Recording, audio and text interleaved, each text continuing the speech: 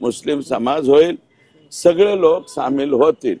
आणि तुमचे जे पॉवरफुल मीडियावाले, मला माहिती आहे की मी सध्या ट्रोलर कोण आहे तर मीच ट्रोल आहे।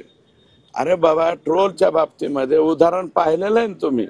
या राज्याच्या मुख्यमंत्री आत्ताचे जे आहेत यांना ट्रोल सर्वाधिक जास्त कोणाच्या सोशल मीडियाने केलं, यांच्याच केलं। आणि ट्रोल तर केलं, त्यांना टरबुजा ही उपाधी मला वाटतं यांच्याच सोशल मीडियाने दिली। आता एवढा ट्रोल म्हणून त्यांना टरबुजा म्हणलं, खरबुजा म्हणलं, त्यांच्यावरती प्रचंड प्रमाणात मानसिक त्रास होईल इतकं घाण घाण घाण घाण घाण घाण घाण तुम्ही लिहिलं।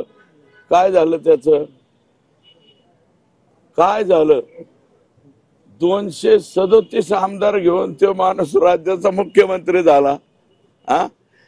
ते एवढा मोठा माणूस आहे। मी तर फार, आमचे काय फाटक्याचे अवलाद, कशात काय फाटक्यात पाय, आमची अवलाद केवढीशी आहे आणि आम्हाला ट्रोल करते। मला कळतंय। अजून माझं म्हणणं आहे, जेवढ्या शिव्या द्यायच्या तेवढ्या शिव्या द्या बाबा। जे बसलेले 1200 स्क्वेअर फुटाचे यांचे दोन्ही नेत्यांचे ते हे आहेत बसलेले, नाही वॉर रूम, त्या वॉर रूम मधून नाव त्यांच्यातले जेवढे बी तुम्ही बघा, जे बी घाण घाण लिहितात त्यांचे नावच गायब असतात, म्हणजे लॉकड असतं। इसका प्रोफाइल फाइल लॉक्ड किया जाता है। अरे लॉक्ड किया जाता वरून काय बोलता रे? ओरिजिनल अकाउंट वरून बोला ना, दम असेल तर। फेक अकाउंट वरून बोलतात। बरं बोला, डॉक्टर बाबासाहेब आंबेडकरांनी आम्हाला अभिव्यक्ती स्वातंत्र्य दिले, द्या। आणि मी तुम्हाला एक सांगतो गोविंदजी, माझ्या लाईफ मध्ये मी असल्या याला भावच दिलेला नाही। मी गोपीनाथरावांच्या हाताखाली काम केलंय। त्यांनी मला सांगितलं होतं, सुरेश एका कानाने ऐकायचं दुसऱ्या कानाने सोडून दे। किती कमेंट वाईट आल्या, वाचायचंच नाही। वाचल्यावर वाईट वाटतंय ना, कमेंटच वाचायचं नाही, काय फरक पडतो?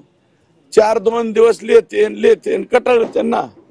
आणि आजचा सोशल मीडियावरचा राग उद्याच्याला विसरून जात असतो। त्याच्यामुळं कोण काय वेडं वाकडं लिहितंय, कोण काय करतंय, आणि ह्याच्यातून वाचलंय कोण?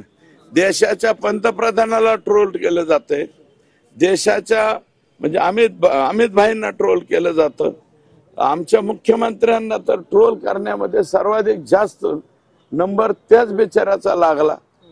कोण म्हणजे तिथं पहिल्यांदा याचे शुभारंभ जे आहे, आपल्या जिल्ह्यातले जे नेते आहेत त्यांचे जे मोठमोठ्याल्या काही मला माहिती आहे परदेशातून सुद्धा ऑपरेट होतात, काही पोस्ट कशा कशा होतात ते बी मला माहिती आहे।